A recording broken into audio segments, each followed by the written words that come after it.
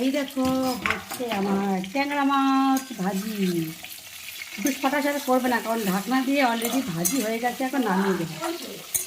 তো সুন্দর একদম দেশি ট্যাংরা, একদম দেশি ট্যাংরা ভাজি করলাম সুন্দর করে, হালকা যেহেতু সরষে করবো সেটা হালকা ভেজে নিলাম।